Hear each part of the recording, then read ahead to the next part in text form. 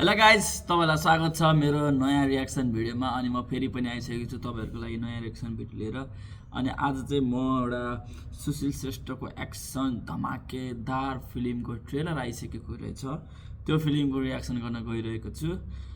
तपाईले हेर्नु भएको छैन भने तपाईहरुमा सँगै बसेर हेर्नु अनि कमेन्ट पनि गर्नु होला अनि सब्स्क्राइब त गर्नै पर्यो है।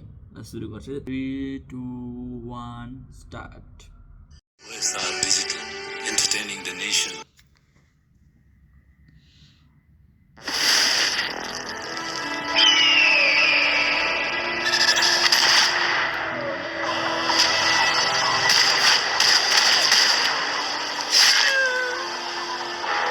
रगत को खोला बगोस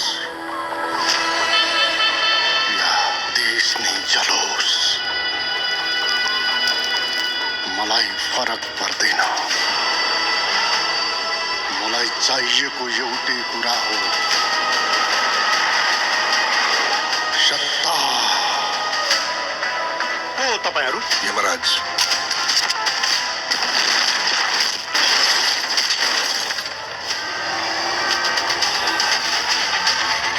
एक्सन स्टार।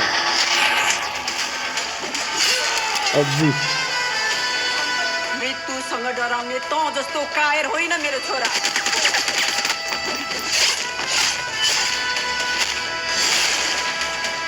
तू मर्न पनि तयार छ, मार्न पनि तयार छ। पारसलाई मन परे दरबार, रिस उठे दरबार।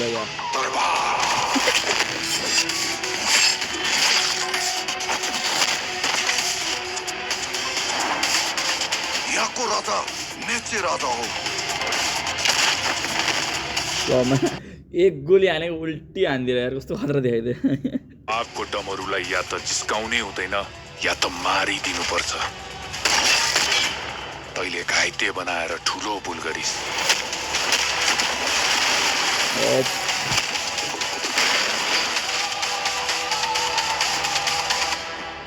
जुन माटोमा जन्मिस त्यही माटोलाई गद्दार गरिस। को अपराधी हो, को अपराधी होइन, तिमीहरूको दिमाग छैन।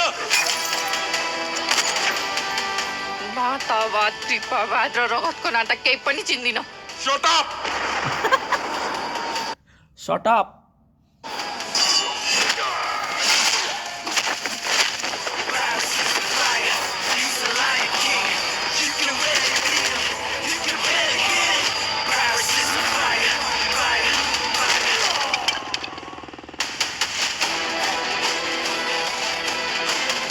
भ्रष्ट र देशद्रोहीको पन्जाबाट नेपाल आमाले मुक्ति पाउनुपर्छ।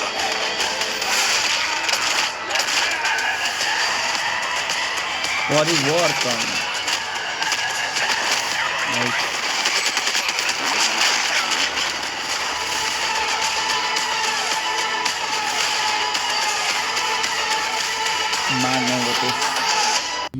लगायत धेरै बोल्दिनँ। एक्सन बवाल थियो है, एक्सन चाहिँ खत्रै छ है। फेरि एक्सन स्टार भनेको छ अनि एक्सन राम्रै गर्नुहुन्छ उहाँले।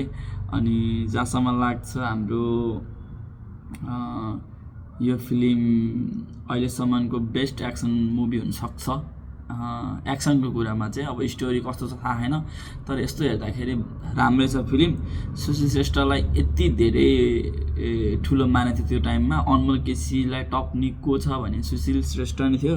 अनि मार्च 9 गते रहेछ, सबैजना हेर्न जानु होला। सरस्वती पूजाको दिन हो क्या हो जस्तो लागेको छ मलाई।